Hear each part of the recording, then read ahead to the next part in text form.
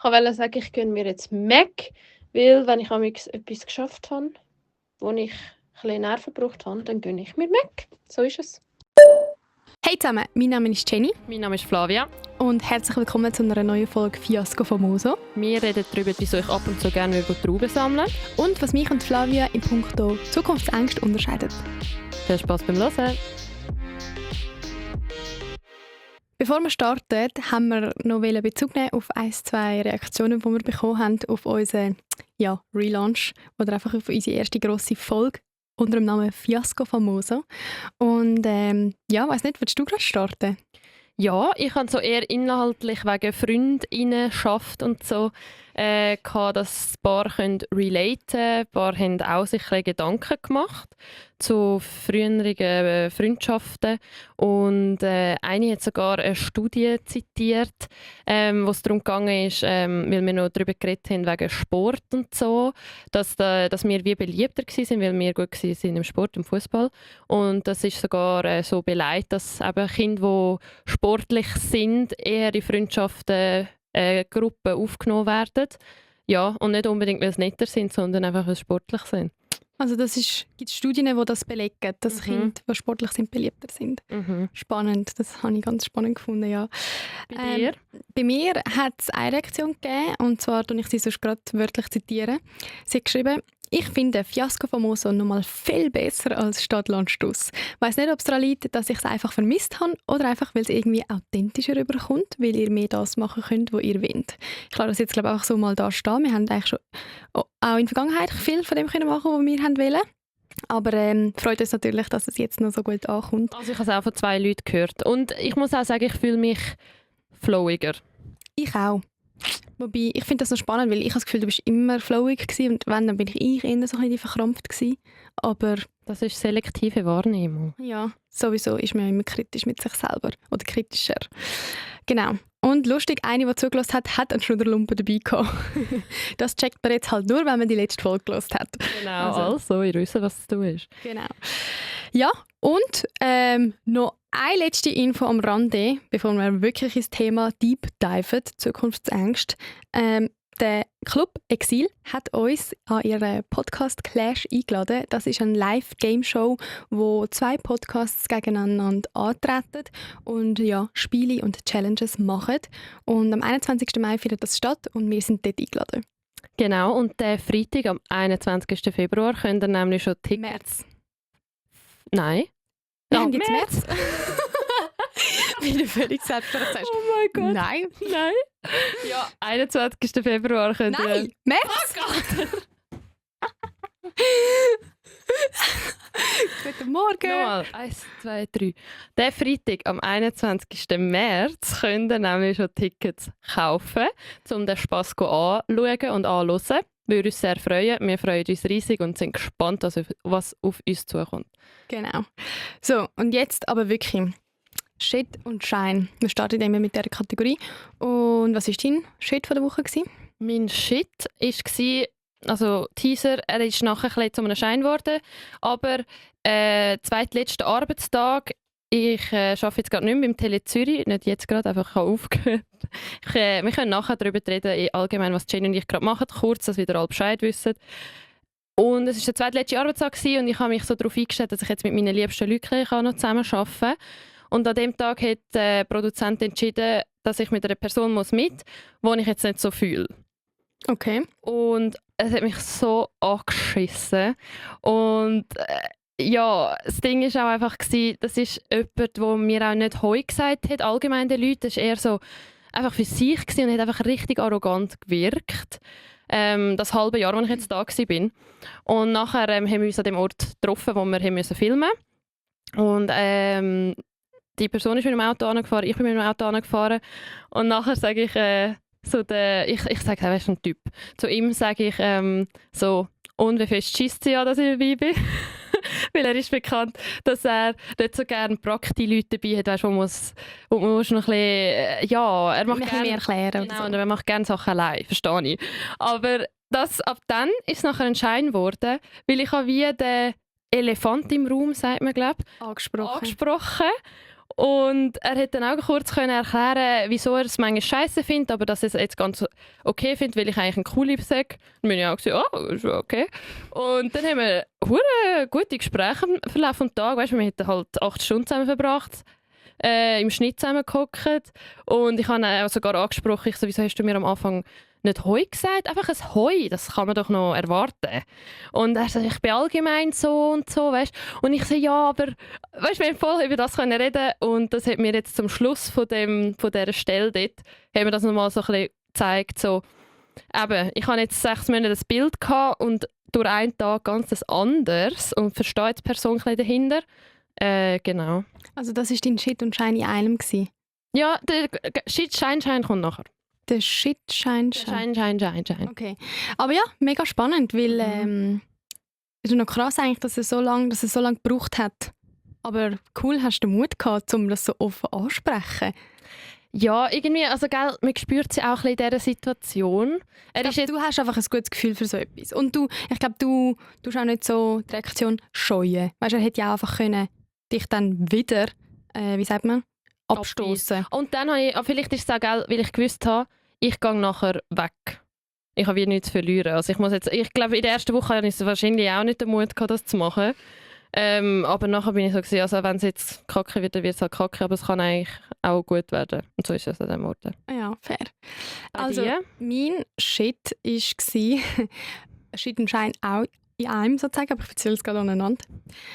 Und zwar bin ich letzten Samstag mit meinem Freund in einem Kaffee gehockt und du und ich, wir haben telefoniert, wir haben wegen der Aufnahmedaten von dem Podcast telefoniert. Und in dem Moment, wo wir telefonieren, genau, irgendwie hat die also in dem Kaffee, wo wir gehockt sind die Tische relativ nahe beieinander gewesen. Und wir hatten den Hund dabei gehabt. Und dann irgendwie tippt mir die hinten dran auf die Schulter oder sie spricht mich an und ich habe sie, glaube ich, erst beim zweiten Mal gehört. Ich habe einen Kopfhörer drin, als ich mit ihr telefoniert habe. Jedenfalls weist sie mich so darauf hin, dass der Chico, mein Hund, gerade bei ihnen unter den Tisch gekotzt hat. Und dann, du hast irgendwie mit mir geredet, ich hatte dich im Ohr gehabt und dann sagt sie mir das und dann bin ich so, oh mein Gott, warte, was, wo, oh mein Gott, tut mir mega leid. Es ist mir unangenehm gewesen. Ich so, fuck, wo kann ich jetzt da etwas holen zum Putzen? Und ich so zu dir, warte schnell, Flavia. Und dann habe ich meine Kabelkopfhörer angehabt. Dann reisse ich so die Kabelkopfhörer aus dem Ohr. Und während ich sie ausreisse... Also, schmecke ich? Was? Ich habe gedacht, jetzt schmeckst du Kotze, aber dann hättest du ja vorher schon geschmeckt. Ich nehme die Kopfhörer aus dem Ohr, weil ich so schnell aufgestanden bin, ist mir voll mein einen Kopfhörer in Grüntee von meinem Freund reingefallen. Und mein Kopfhörer haben ja normal, also keine Ahnung, einfach ein Schmalz. Ja, also nicht, dass meine mega viel, egal. Auf jeden Fall, ich so zu ihm, oh mein Gott, sorry, meinen Kopfhörer rausgenommen, mich darüber aufgeregt, dass der jetzt wahrscheinlich auch kaputt ist. Und nachher hole ich so Papier und knülle mich unter den inneren Tisch und putze die Kotze dort weg vom Hund. Und während ich das mache, also weißt du, ich laufe zu ihnen an und sage, hey, es tut mir mega leid, mega unangenehm, tut mir so leid. Und die Mädels, das war eben mein Schein, haben so verständnisvoll reagiert, weil es ist ja ohnehin für mich schon todesunangenehm gewesen, dass ich es auch nicht gerade gecheckt habe und so.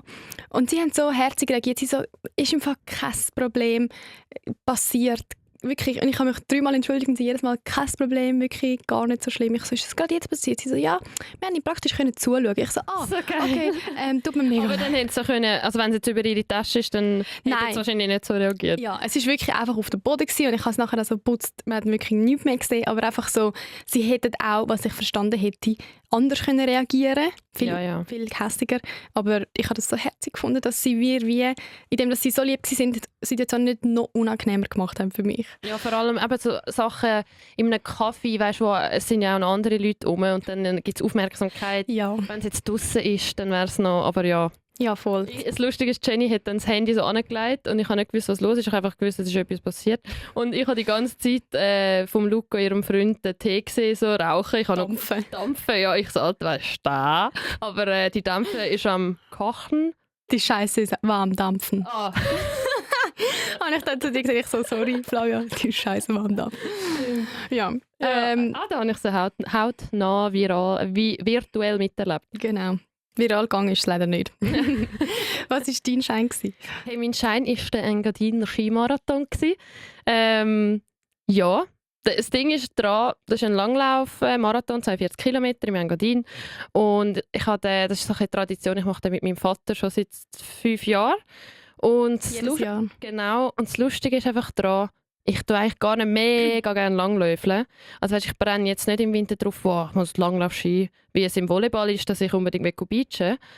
Aber ich habe mich dann auch gefragt, wieso ich das so gerne mache. Ich glaube, es ist halt einfach der Wettkampf und das Ambiente.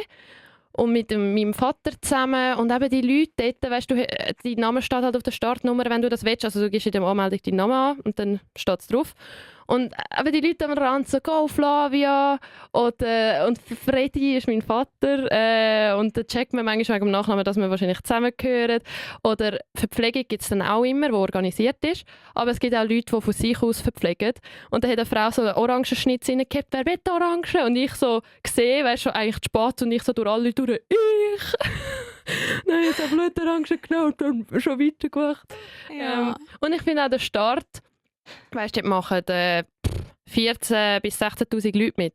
Also Spitzenläufer, Spitzenathletinnen bis Volksläuferinnen, sagt man. Das wäre ich.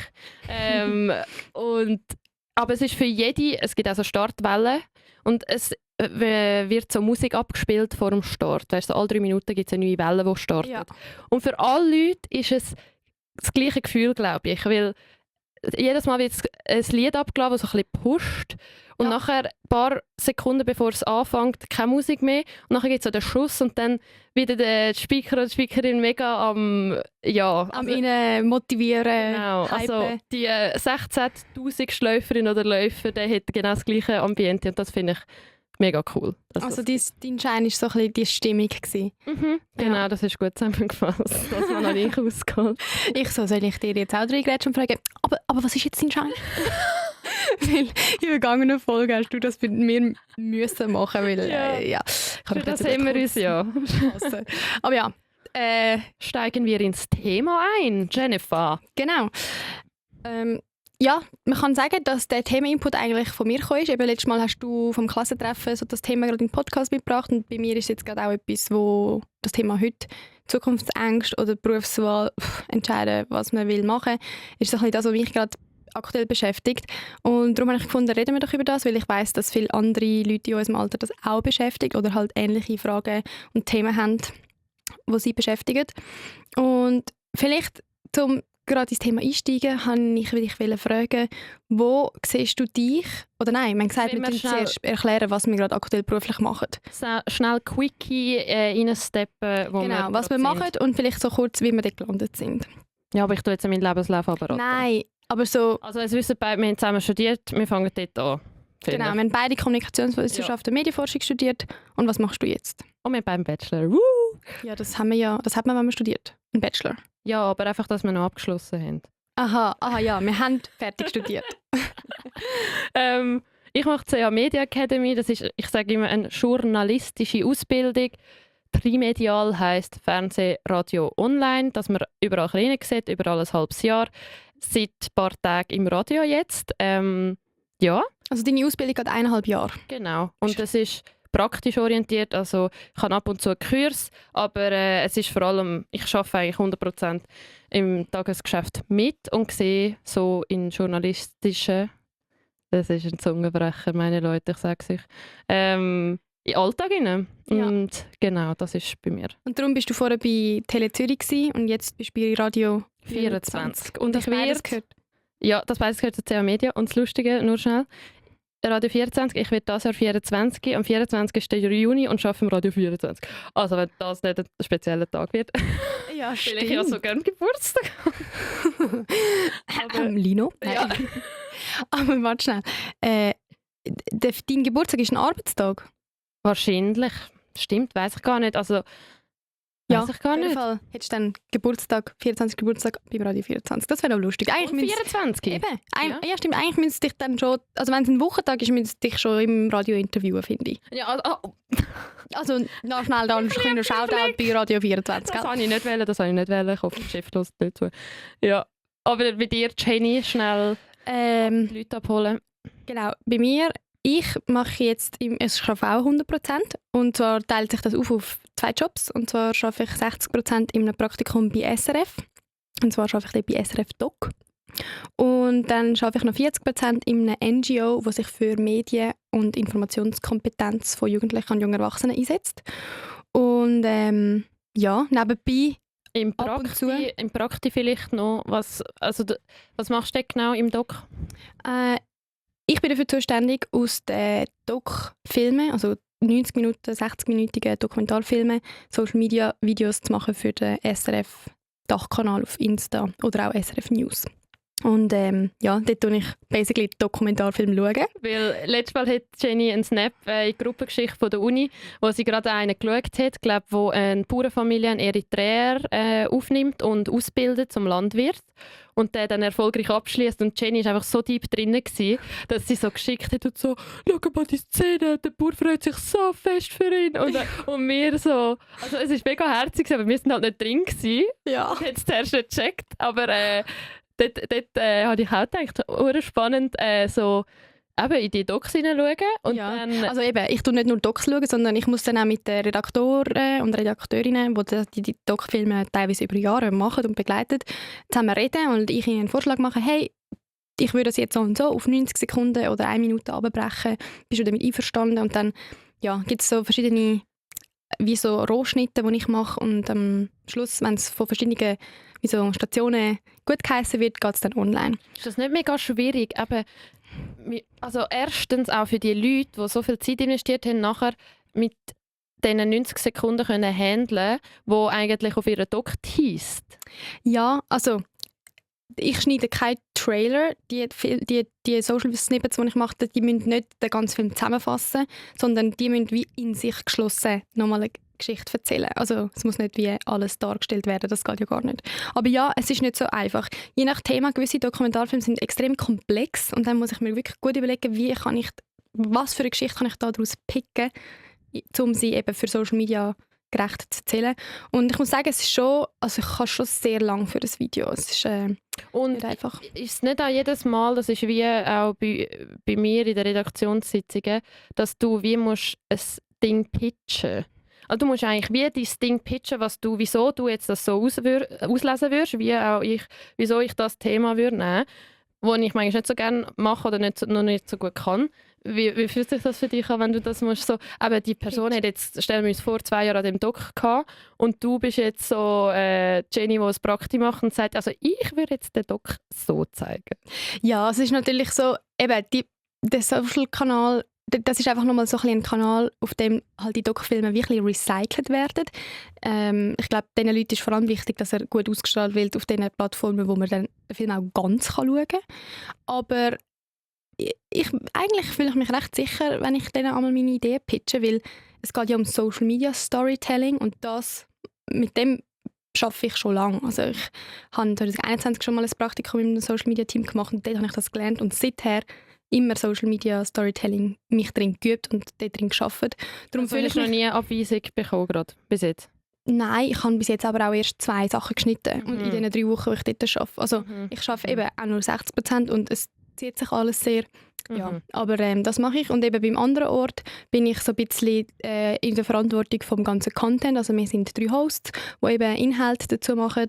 Wir haben aber auch neben den Social Media Kanälen andere Angebote, wo wir eben die Informationskompetenz fördern. Und dort bin ich einfach so ein bisschen verantwortlich vom Content und mache noch ein bisschen andere Sachen zu diesen Angeboten. Gut, jetzt hoffe ich, ihr habt einen Einblick. Wir wollen uns da nicht ins Rampenlicht stellen. Also eigentlich machen wir machen eigentlich jede 2 Wochen wir uns ins Rampenlicht stellen. Aber, ich kann sagen, wir stehen doch im Rampenlicht. Ja, also die Scheinwerfer, wenn ich raufschaue, dann sehe ich nur noch Sterne. Ja. Ich hoffe, ich habe gut abpudert. Aber ja, jetzt eben zum Thema Zukunftsängste und so. Mich beschäftigt aktuell einfach so ein bisschen gerade die Frage, eben, jetzt habe ich studiert. Jetzt bin ich in einem Praktikum und das ist befristet für 6 Monate. 6 Monate ist keine lange Zeit, die werden so schnell vorbeigehen. Ich muss mich schon ein bisschen befassen damit, was ich nachher machen will. Weil ich dann halt je nachdem auch schnell müsste jetzt einen Job versuchen oder je nachdem mich für einen Master bald muss anmelden, weil die Fristen, die stehen. Und ja, das ist so ein bisschen ein Struggle, den ich gerade im Moment habe. Ich weiss nicht, hast du auch gerade irgendeinen Struggle? Ja, aber ich wäre immer... sagen wir es so, das nächste Jahr weiss ich, wie es aussieht. Ja, weil du noch in dieser Genau. Ausbildung bist. Und nachher bin ich auch Weißt du schon, was du nach der Ausbildung machen willst? ja, reisen. Wieder. Also das ist gross geschrieben, aber jetzt beruflich gesehen, keine Ahnung, weil ich habe auch mir jetzt müssen sagen, auch von meinen Vorgesetzten, schau, die Ausbildung ist da, dass du herausfinden, was dir gefällt, ob es dir überhaupt gefällt. Also der Journalismus? Der Journalismus, der ganz vielseitig ist. Und das kann ich jetzt noch nicht sagen. Und ich bin jetzt langsam gechillter geworden. Anfang Ausbildung bin ich so gewesen, ja, ich muss doch jetzt schon merken, ob es das ist oder nicht. Also ob das Fernsehen das ist für mich oder nicht. Aber ich habe ja das andere noch gar nicht gesehen. Und bei mir ist eher der Gedanke, wie soll ich sagen? Weil ich wie weiss, dass ich nicht gerade weiter arbeiten will, aber ich weiss auch nicht, ob ein Angebot würde kommen oder was mit unserem Podcast ist. Beziehungsweise wir wissen, dass wir weitermachen. Das tut mich auch irgendwie erfreuen.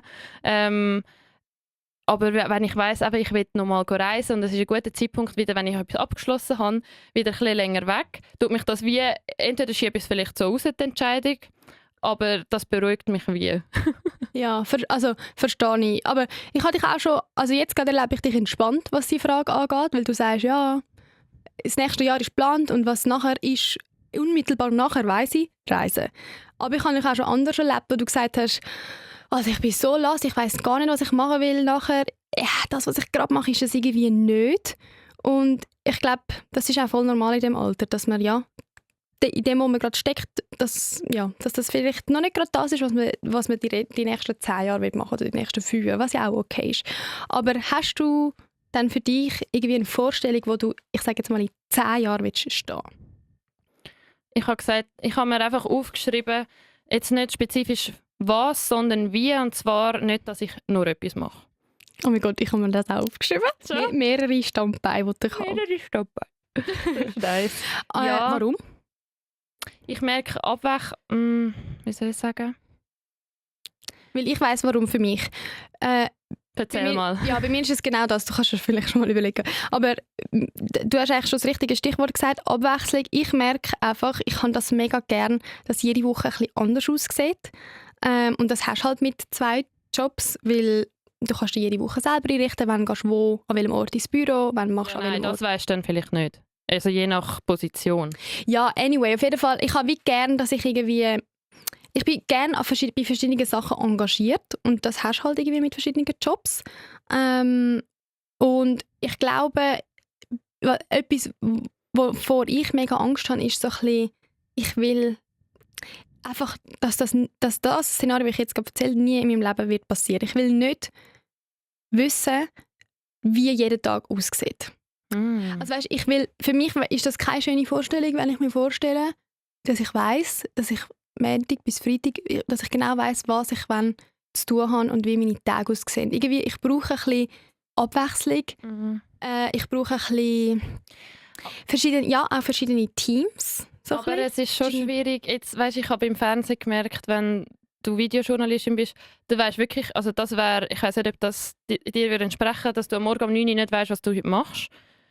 Nein, das wär mir dann, die tägliche Abwechslung wäre mir zu viel. Also ich sehe den Punkt, dass ich anfangs, dass nicht jede Woche gleich aussieht, aber ich finde, es kann schon mal 3 Wochen, keine Ahnung, stelle ich mir, du hast jetzt 3 Wochen ein Projekt und kannst einteilen oder so, aber du bist ja trotzdem, also irgendwie ist trotzdem Abwechslung, aber es ist trotzdem noch, du kannst dich ein bisschen vorbereiten, hast ein bisschen Kontrolle. Ja.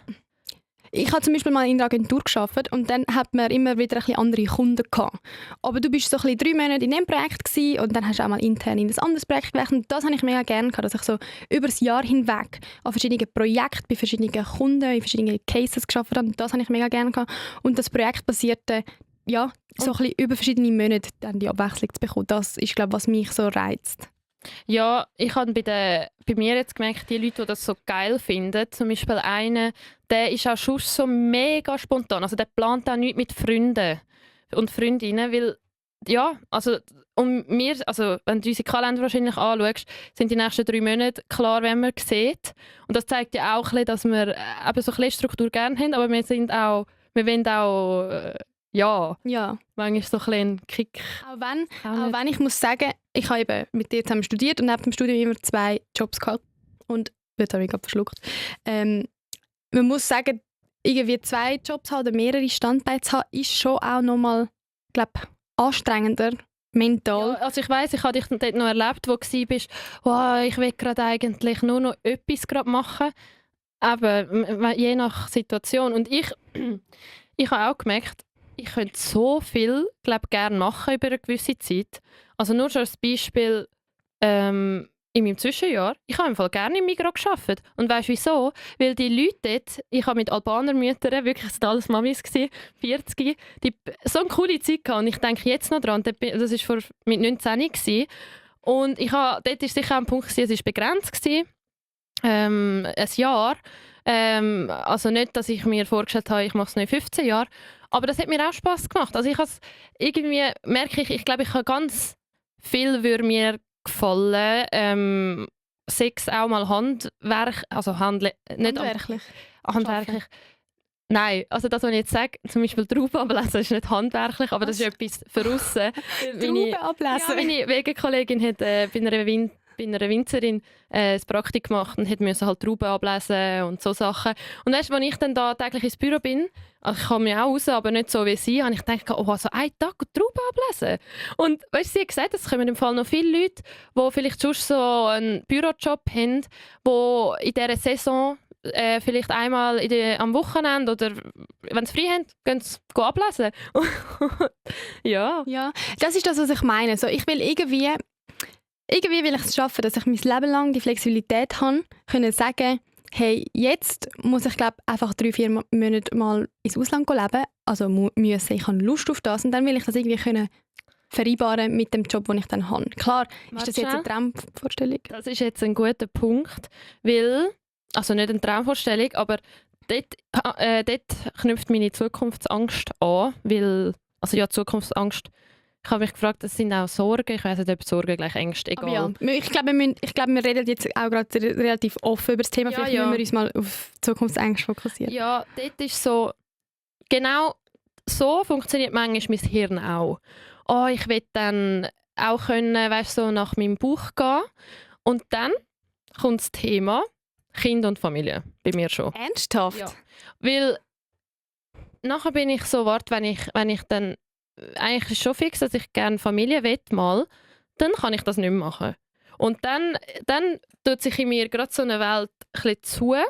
Und dort habe ich eben eher Angst, so, jetzt in diesen Jahren, ich habe jetzt glaube ich nicht gerade vor, in den nächsten 6 Jahren Kind haben, in denen denke ich mir auch so, ja, du musst jetzt Gas geben und alles machen, was du Lust hast.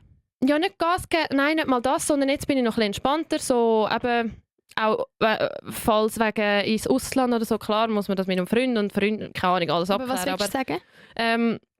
Dass eben kaum denke ich daran, dass ich mal Mami vielleicht wäre, dass ich ja das dann sicher nicht mehr kann und dass ich dann auch einen Job haben und nicht einfach kann sagen, ja, also ich gehe im Herbst Trauben ablesen, ich gehe dann... Ich gehe jetzt wieder auf Vietnam reisen. Ja, also weißt du, und dann habe ich auch gemerkt, ich habe einen Arbeitskollegen, der sich schon entschieden hat, mit der Freundin kein Kind zu haben. Also sich auch medizinisch das machen lassen, dass man kein Kind mehr haben kann. Kastrieren, aber das ist nicht der Sinn Nein, des Wortes. unterbinden. Wie nennt man das? Unterbinden, Schon? meinte Also, ich. Also bei den Männern? keine Ahnung. Das hat so einen Begriff, ich weiß es nicht. Sterilisation? Nein, keine Ahnung, ich weiß es nicht. Ja, aber die Leute wissen, was ich meine. Ja. Auf jeden Fall, das ist ja schon recht definitiv. Also bei einem Mann kann man vielleicht noch irgendetwas rückgängig machen, bei der Frau sicher nicht. Und wo er mir das den ganzen Mittag erzählt hat, bin ich in meiner Bubble gewesen. Ich so, Mann, wieso erzählst du mir das? Ich bin jetzt gerade in meiner Bubble, so ohne Kind, ohne den Gedanken, bin ich so, boah, ich kann mit 50 oder 4, so der Peak, so dort, ich habe nur für mich Verantwortung. Und Also du hast dann gefunden, das ist dann eigentlich noch geil, was du erzählst? ja, Oder? also weißt, du kennst mich, ich bin mega schnell in einer Bubble. Ja. Erzählst du mir etwas, wo ich schnell begeistert bin, kurz, oder einfach... Du bist Feuer und Flamme für das. Ja, ja, und... Aber eben, eine Frage. Wenn du dir das manchmal denkst, so, ach, eben, in 10 Jahren habe ich vielleicht ein junges Kind, dann kann ich das nicht mehr machen. Machst du dir dann so nicht selber den Druck, dass in den Jahren, die du noch hast, ohne Kind, halt eben reisen musst und so. Nicht musst, aber dort bin ich schon, also das, wie soll ich das sagen? Weil ich glaube, wenn ich so würde denken wie du, ich denke eben gar noch nicht so weit, dann würde mir das mega fest Stress machen. Aber wie machst du das? Weil du hast jetzt auch gesagt, ja, ich will dann auch einfach können ins Ausland arbeiten. Aber denkst du dir nie weiter, dass du jetzt also vielleicht... Ich denke mir einfach, ist mir egal. Ist mir egal, was es für gesellschaftliche Modell gibt, von wie man sollte arbeiten. Nein, das meine ich nicht. Das meine ich nicht. Aber also ja, also aber ich weiss schon. Also sorry, ich habe das Gefühl, ich komme jetzt gerade sehr naiv über, weil ja, in einem gewissen Alter bist du zum Beispiel in deiner Karriere weiter und die Hürde, um das dann auch zurückzulassen oder wechseln, ist viel höher als im Moment. Wenn wir praktisch sind, kann man noch schnell mal sagen, ja, ist egal, ich mache jetzt auch nochmal ein Praktikum oder ich wechsle jetzt halt schnell in 4 Jahren 5-mal den Job. Das kann man, wenn man jung ist, schon noch einfacher machen.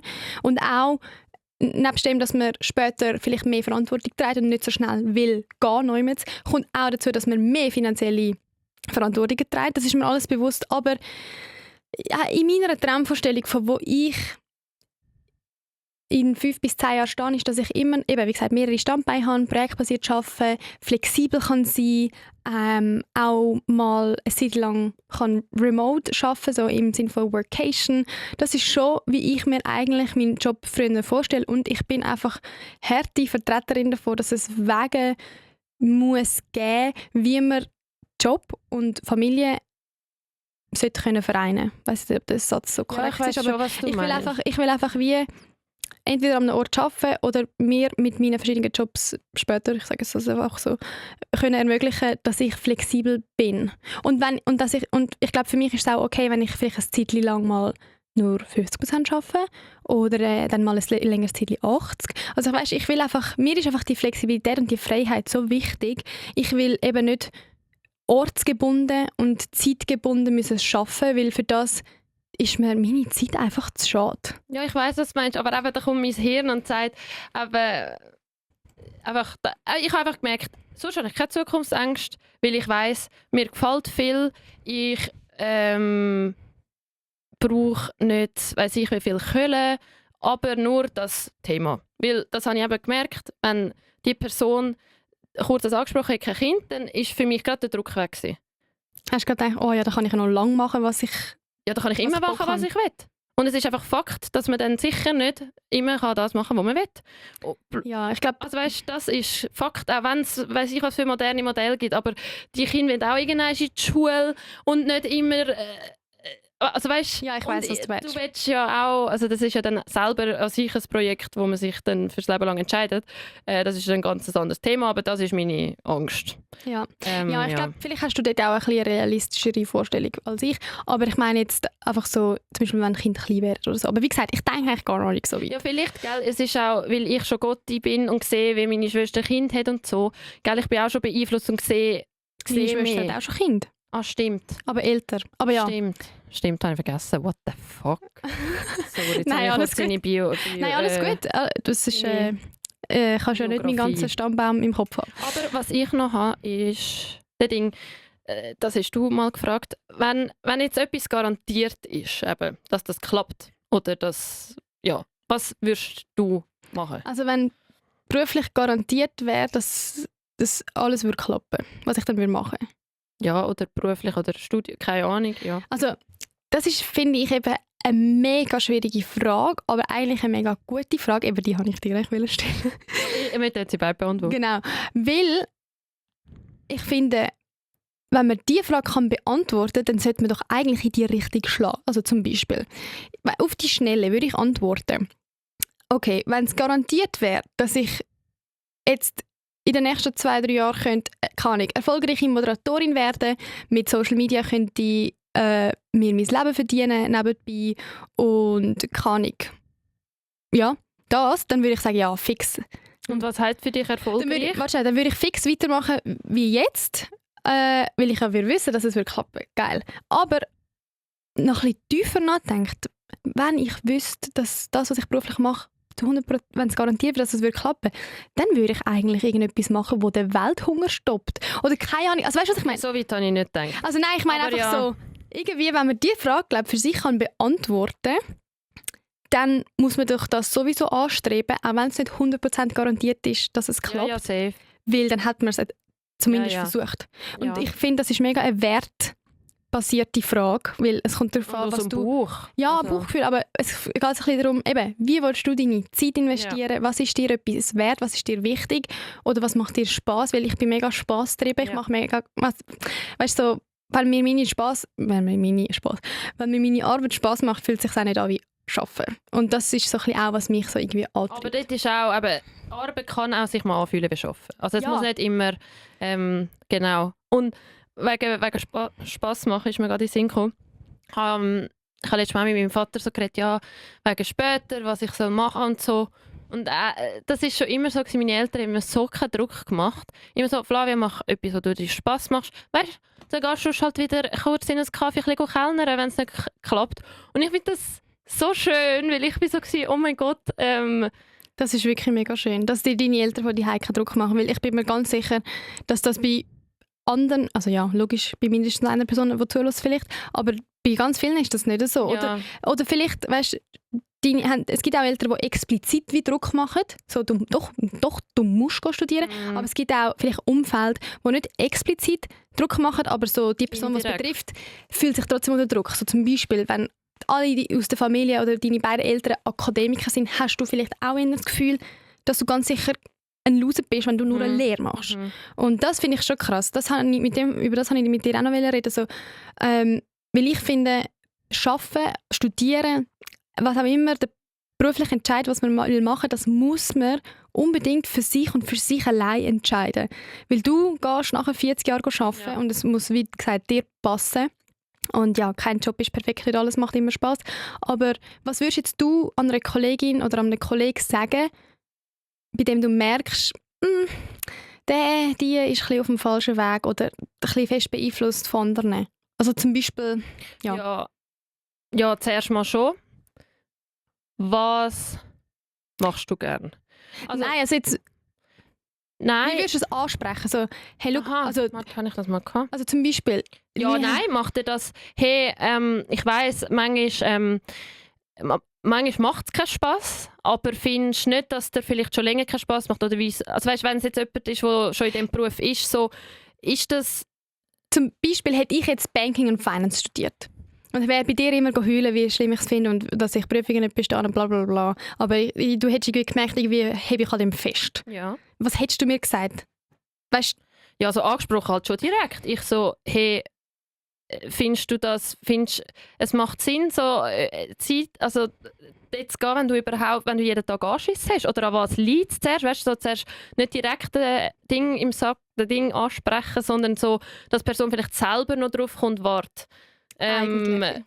Ja, und dann schon auch Qualitäten von der Person, die man dann kennt, ansprechen, so, hey, ich merke doch, du tust so gerne reden und es gibt so viele Möglichkeiten, schau, vielleicht ein paar zusammen ein paar im ChatGPT eingeben. Weil bei mir ist das so gewesen, ich habe ja in der Kante schon Ja. meinen Job gehabt bei der CS und habe dann auch nach 6 Monaten bei der CS erst gekündigt. Also ja, das habe ich gleich schon vorher gekündigt. Aber gleich, ich habe ein bisschen mehr als ein Jahr etwas gemacht, von dem wir alle schon gesagt haben, also ich weiß jetzt nicht, aber das passt wirklich gar nicht zu dir. Und ich habe gedacht, gehst du in ein Airolo, ich zeige es euch allen. Ja, das hast du erzählt mal. Und das ist eben schon noch tricky, Leute, die so ein bisschen beeinflusst sind, irgendwie auf den richtigen Weg zu bringen. Und dort kann ich jetzt im Nachhinein sagen, mein Bauchgefühl hat mir gesagt, dass das falsch ist. Mhm. Und mein Bauchgefühl hat auch gesagt, dass alle recht haben. Aber ich kann wie nicht wollen, schwach sein und dem nachgeben. Ja. Ich kann nicht wollen, dass alle recht haben. Ja. Und dann musste ich so auf die Fresse fallen und brüllend jeden Tag. Das war wirklich für mich die Hölle, dort zu arbeiten. Also einfach, ja, jetzt gibt es ja CSE nicht mehr, aber einfach so ein bisschen, ja, es hat mir wirklich überhaupt, es war jeden Tag ein Krampf gewesen. Und ich musste so hart auf die Fresse fallen und das so hart durchbeissen. Und nachher auch Also allen nicht recht. müssen, du hättest auch abbrechen. Nein, ich habe ja dann abgebrochen, aber einfach bis ich Aha. dann können, weißt du, so, Selber, ja. an dem Tag, wo ich dann gehen konnte, so, das war so ein Befreiungsschlag gewesen. Und ich kann einfach allen da draußen nur raten, ein Bauchgefühl stimmt eigentlich ja schon. Ja. Was so, das Job hat, und Zukunftsentscheidungen angeht. das hat aber mein Vater auch mir gesagt. Er ist selbstständig, also ohne Mitarbeiterinnen. Aber er hat mir gesagt, Flavia, schau, ich bin 34 gewesen und er war auch schon Vater dort. Ich habe mit 34 realisiert, ich muss etwas machen, das ich selber entscheiden kann. Und dann hat er mir gesagt, er macht etwas jetzt mit Maschinenbau. Es hat auch etwas mit Gärtnerei zu tun haben. Schau, ich habe einfach gewusst, etwas selber. Und das ist auch erst mit 34, also erst, ist eigentlich eben, es hat mich einfach nochmal so beruhigt, so, ja. Das finde ich eben cool. Wenn man auch wie sagt man das, im mittleren oder höheren Alter noch findet, mal. Also das ist erst noch nicht mal mittleres Alter, oder? Ja, aber so mit 34 Ja. einen Karrierewechsel zu machen, ist, ich weiss jetzt nicht, was er vorher gemacht hat, aber ist schon eher unüblich eigentlich in unserer Gesellschaft. Ja. Und ich finde es cool, wenn man dann den Mut noch dazu hat, so das finden, mal meine meine Zeit ist es mir noch wert, dass ich jetzt gleich noch einen Umschwung mache. Ja. Aber noch, wenn bei mir garantiert wäre, dass es klappt. Stimmt, sorry, ich kann dich gar nicht zurückfragen. Alles gut. Übrigens, ich sage so viel alles gut. Alles gut. Schon? Ja, also jetzt nicht im Podcast, aber zu Leuten manchmal, wo so ein bisschen alles gut. Ich habe das Gefühl, ich könnte noch gut so ein bisschen... Alles gut. Ja, beim Reisen ist das nachher zum Standard geworden, dass immer alle gesagt haben, alles gut, alles Ich finde das nicht so cool. Also wenn jetzt ich aufgewählt wäre und du würdest mir sagen, alles gut, Nein, das würde mich noch mehr triggern. Ja, ich weiß, was du meinst. Stimmt. Ich glaube, ich habe es vielleicht auch zu mir selber gesagt. Weißt du, so, ja, alles gut. Aber ja, es ist alles gut auf jeden Fall. Was mein Bauch gerade würde sagen, wenn es garantiert ist, dass ich gerne ich hätte die Möglichkeit, in meinem Dorf hat meine Familie so ein Gebäude und das ist eigentlich so eine Lagerhalle. Also es ist eine Lagerhalle, aber aus dem könnte man ganz etwas Cooles machen. Ich wollte gerade sagen, Gebäude tönt so nach Büroflächen. Es Gebäude, ein richtiges mit so Steinmauern und mega alt und also ein altes Feuerwehrhaus. Mit so einem Feuerwehrturm. Genau, ja. Und aus dem, wenn ich wüsste, garantiert, Alter, ich habe die Kohle, also ich könnte einen Kredit aufnehmen, es würde alles gut gehen. Würde ich da, mein Freund ist Innenarchitekt, er hätte auch den Plausch, da Pläne machen, etwas Geiles daraus machen und früher habe ich immer einen Kaffee wollen. Das ist mir ja eben bewusst worden, dass ich nicht nur, also das Gastro an sich würde mich killen, das durchzuziehen, nur Gastro, aber einfach so ein Haus, wo Veranstaltungen sind, ich stelle es mir als Kulturhaus vor, wo Veranstaltungen sind, weißt du, dann könnten wir unseren Podcast eine Live-Show, Feuerwehrturm. Mein Freund hat sogar gesagt, wir müssen dann auch eine Bühne einplanen, weißt du, können wir auftreten. Nein, also ich will jetzt nicht, dass ich mich jetzt selbst Du jetzt schnell anstelle. fertig fantasieren, ich habe nachher eine Frage. Ja. Aber weißt du, so, dort könntest du aber auch so flexibel sein. Du könntest, schau, keine Ahnung, ein Buchvernissage, dann vielleicht, keine Ahnung, Senioren, die mit Kindergärten basteln. Weißt, und so. Und alle Leute, wenn ich das manchmal erzähle, sagen so, ja, und wo kommt das Geld rein? Bin ich auch so. Ja, also eben, wenn garantiert ist, dass das wir rendieren, dann würde ich das gerne machen, glaube ich, weil ich gerne organisieren, unterhalten und ich merke immer, wenn ich etwas, eben die WG-Party organisiert habe und ich merke, die Leute haben Spass, dann geht mir das Herz auf. Ja, Punkt. Und jetzt meine Frage. Mhm. Du hast gerade so viel fantasiert und ich habe richtige Bilder im Kopf gehabt, wo du das jetzt alles erzählt hast. Und warum machst du das nicht einfach, wenn du fertig mit der Ausbildung bist? Ja, also mein Vater, das war auch so herzig gewesen. Er hat gesagt, schau Flavia, wenn auch das in den Medien oder so, du weisst, dort innen, du könntest immer etwas daraus machen. Ich so, oh ja. Okay, wir wissen, das ist geil für dich. Aber jetzt warum? Also du hast meine Frage umgegangen. Ja, also Bruder, wie viel Geld habe ich auf dem Konto? Nein, aber jetzt... Es ist da. Es müssen nicht, also weißt du, so, um ein Business aufzubauen, musst du nicht... Klar ist es immer einfacher und besser, wenn du schon reich bist. Aber ich meine so, was ist, wenn du einfach die Leute, die du kennst, oder zusammentrommelst und fragst, hey, kennen ihr Leute, die Leute kennen, die mir da helfen können? Wir schreiben dir einen geilen Pitch, du gehst zu der Bank und dann schreiben wir das Konzept und dein Freund ist noch innen. Also weißt du, ja, also was für mich sagt es nicht so, als wäre das für dich komplett surreal. Und wenn es dir etwas wert ist, dann why not try? Voll, also da hast du recht, surreal, ganz surreal ist es nicht. ich glaube, wegen dem Alter gerade ist es dann einfach nur, ich kann doch nicht so, also, ja. So junges Risiko eingehen. Vielleicht so jung ist Ja, recht. und gell, du entscheidest dich dann auch, dass ich dann dort in Einsiedeln bin. Und dann kommt auch mein Gedanke, ja, ich will ja eigentlich, kann ich mit meinem Freund auch noch irgendwo nicht gerade auf Einsiedeln jetzt schon sein mit 26. Weißt, mein Ja, aber Hirn wenn das funktioniert so. Ja, ich glaube, du tust vielleicht zu weit schon dir Sachen zu fest ausmalen. Ja, nicht nur Weil- glauben, also es ist so. Also ich meine, du willst ja das dann nicht komplett allein schmeißen von A bis Z. Dann kannst du dich auch mal ein paar Tage aus der Woche dort daraus rausnehmen, wenn du es gut machst. Keine Ahnung, das ist jetzt schon sehr spezifisch, aber ich meine mehr so, ich glaube, oft kann man einen Weg finden, Ja. um sich so einrichten, wie man will. Man muss einfach ultra mutig sein Mhm. und ich glaube, man muss auch wissen, dass man wird auf dem Weg dorthin. Mhm. Weißt du, so, ich Und- sage es einfach wieder nochmal so auf die Fresse gehen. Und dies ist ja auch nicht surreal. Also weißt deine Idee. Ja, und ja.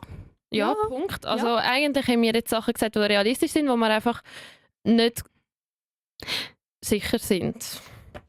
Ja, irgendwie, oder sagen wir so, ich glaube, ich weiß nicht, ich habe jetzt nicht so 1, 2 Vorbilder, aber es gibt ja zum Beispiel Fernsehmoderatorinnen bei SRF und so, die Leute sind jetzt nicht so mega meine Vorbilder, aber ich weiß, dass es Leute auch schon geschafft haben und darum habe ich das Gefühl, so, ja, vielleicht habe ich auch Auszüge dazu und ich glaube, bei mir ist es so wie, ich sage nicht, dass das bei dir nicht so ist, aber ich habe schon bin schon wie ein paar Mal so ein bisschen, oder ein paar Mal habe ich mir selber schon bewiesen, dass wenn man so ein bisschen die extra Meile geht, wie man so schön sagt, dass man dann auch oft irgendwie, dass man das merkt, dass andere Leute dann auf einem aufmerksam machen und man kann sich selber helfen, indem man sich selber auch etwas zutraut oder sich einfach etwas traut.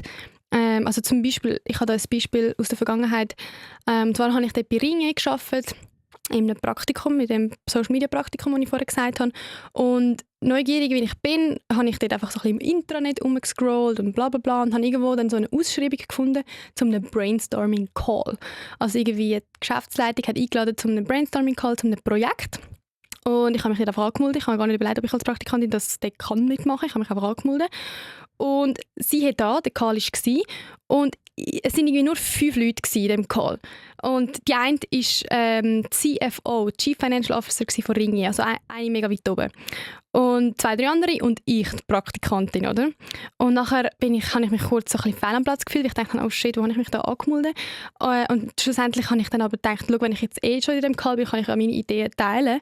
Und am Schluss ist dann die Person auf mich zugekommen und hat mir ein Jobangebot gemacht. Und das nur, weil ich gefunden habe, ja komm, ich mache jetzt bei dieser Brainstorming-Session mit. Und das ist das, was ich meine, so ein bisschen, Fragen stellen, sich trauen, sich selber auch etwas zuzutrauen. Das ist übrigens auch Studien belegen, dass Frauen im Vergleich zu Männern viel mehr das Gefühl haben bei einer Jobbeschreibung, dass sie alles zutreffen müssen. Und erst wenn sie alles zutreffen, sich bewerben und Männer eher mal das Gefühl haben, ja, da und da und da treffe ich jetzt nicht 100% zu, aber ich tue mich trotzdem bewerben. Das ist das, ich glaube, das habe ich dir auch schon mal gesagt. Ich kann gerade sagen, ich habe mal ein Praktikum bei einer NGO gemacht, Sport Integration für geflüchtete Leute, die Sportkurs machen. Und dort war auch irgendwie in der Ausschreibung etwas, wo ich glaube, nur das Pensum war und irgendetwas anderes noch. Und nachher hast du mir eben auch gesagt, nein, also jetzt musst du nicht immer alles erfüllen. Jetzt tust du dafür in den anderen Punkten halt deine Sachen bringen. Und ja, sie hat euch als auch bekommen. Und ja, und darum finde ich einfach so ein bisschen einander. Ich meine, ich habe ja auch nicht gewusst, ich habe dir einfach gesagt, ja, schau, das Pensum könnte ja auch flexibel sein, wenn du alles andere zutriffst. Also das habe ich auch einfach gesagt, um dich zu ermutigen. Ja. Also, manchmal muss man einfach wie sich trauen und es ist egal. Also so in Kauf nehmen, dass das vielleicht mal nicht klappt. Oder ich meine, was hätte das Schlimmste, was passieren in dem Call, wäre, dass man so mich bittet, aus dem Call rauszugehen, weil so ein bisschen dass ich da falsch bin. Dann wäre es halt so gewesen. Also irgendwie, ja, finde ich, sollte man sich mehr trauen, einfach mal machen, Ohren und Augen offen behalten. Und ich glaube, so sind vielleicht so Träume, wie wir haben, schon nicht ganz unrealistisch. ja.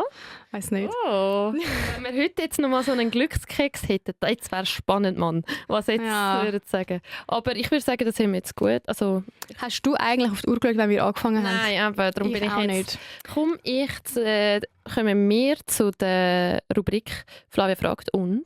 Jenny judged. So, Jenny, was haltest du von LinkedIn? Oh, gute Frage. LinkedIn ist, glaube ich, in unserer jungen, nicht Zielgruppe, aber unter unseren Peers, glaube ich, sehr underrated. Mhm. Weißt du, was das heisst? Ja. Weil ich glaube, LinkedIn ist voll ein krasses Sprungbrett, wenn man das oft braucht. Aber ehrlich gesagt, ich fühle mich auf LinkedIn, auf dieser Plattform fühle ich mich nicht so fest daheim. Ich bin mehr daheim auf Insta. Wie aktuell ist denn dein LinkedIn jetzt?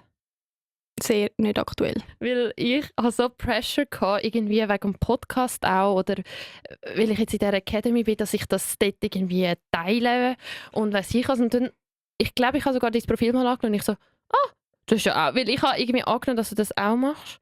Nachher hat es mich sehr beruhigt. Und Ich sehe, dass mein Profil auch nicht aktuell ist. ja.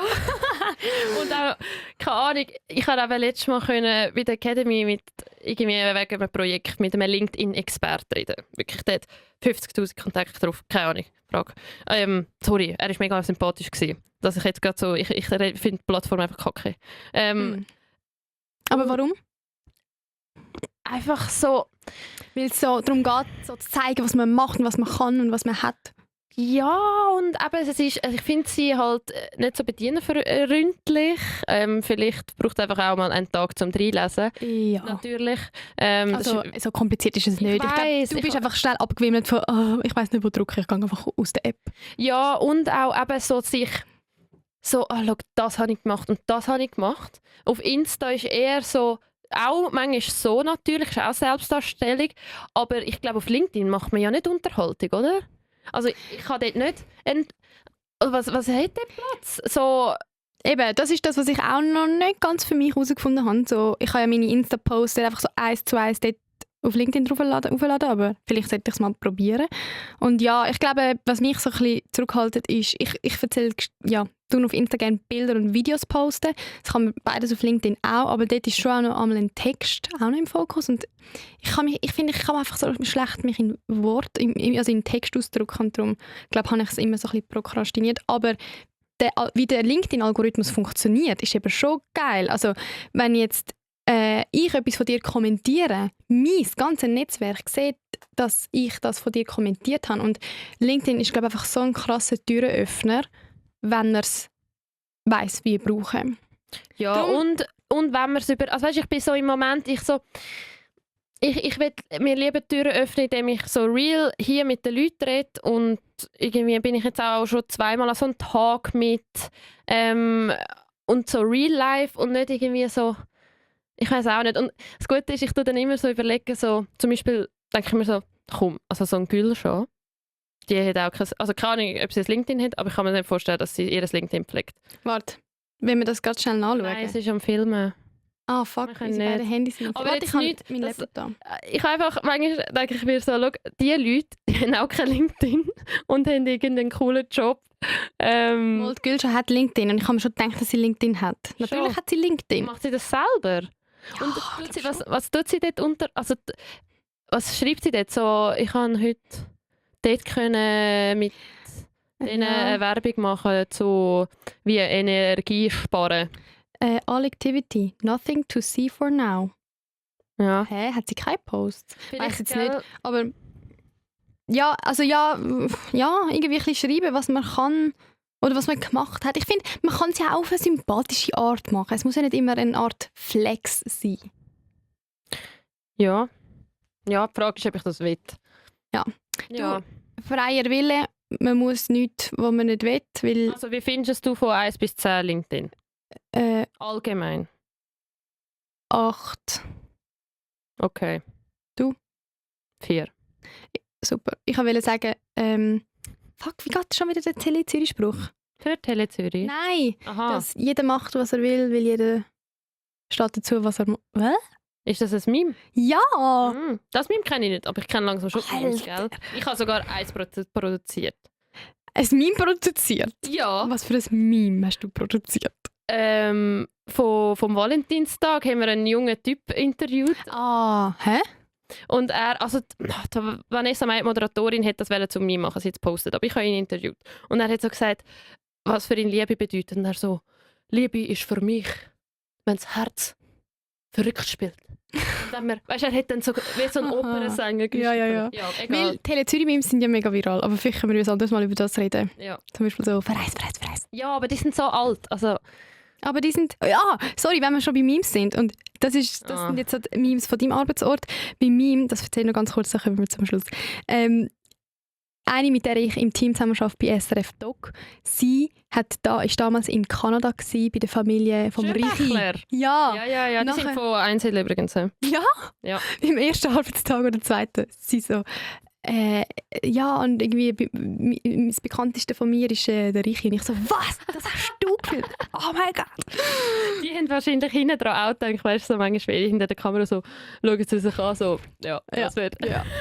Ja, voll. Und an dieser Stelle kommen wir zum Schluss.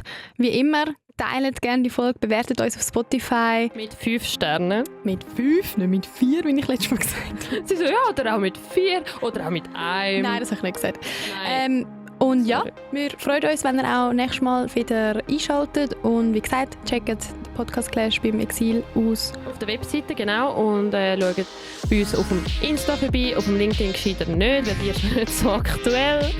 Genau. Und ja. Macht's gut. Tschüss zusammen. Ciao. Also jetzt wieder Hoffnung, dass es aufgenommen hat. Ja. Ich habe das Gefühl...